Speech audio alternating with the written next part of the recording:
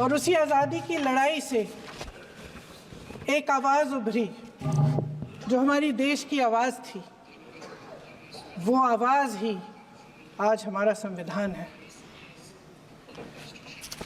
साहस की आवाज़ थी, हमारी आज़ादी की आवाज़ थी, और उसी की गूंज ने हमारे संविधान को लिखा और बनाया। ये सिर्फ एक दस्तावेज नहीं है। बाबा साहेब अम्बेडकर, मौलाना आज़ाद जी, राजगोपालाचारी जी और जवाहरलाल नेहरू जी और उस समय के तमाम नेता, जैसे आपने कहा, इस संविधान को बनाने की जो कार्य में सालों के लिए जुटे रहे। हमारा संविधान इंसाफ, उम्मीद, अभिव्यक्ति और आकांक्षा की वो ज्योत है जो हर हिंदुस्तानी के दिल में जलती है। अध्यक्ष महोदय, इस ज्योत ने हर एक भारतीय को ये पहचानने की शक्ति दी कि उसे न्याय मिलने का अधिकार है, कि उसमें अपने अधिकारों के लिए आवाज़ उठाने की क्षमता है, कि जब वो आवाज़ उठाएगा तो सत्ता को उसके सामने झुकना पड़ेगा।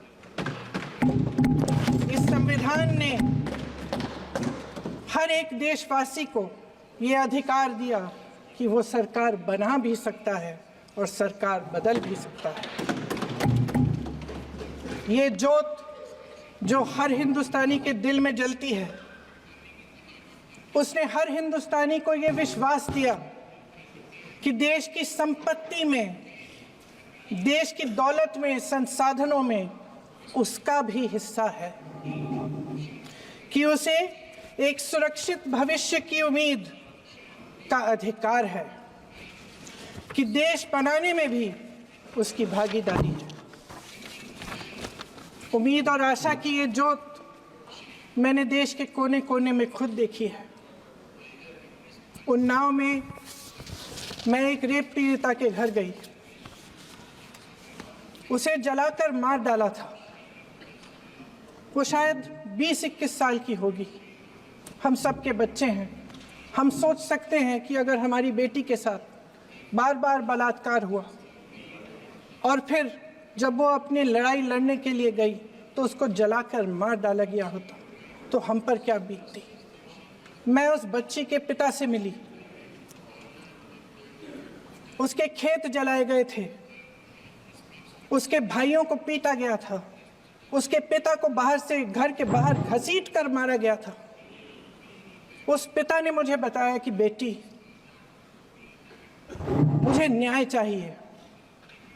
मेरी बेटी अपने एफआईआर को दर्ज करने के लिए जब जिले में गई तो उसको मना किया गया, अगले जिले में जाना पड़ा उसे।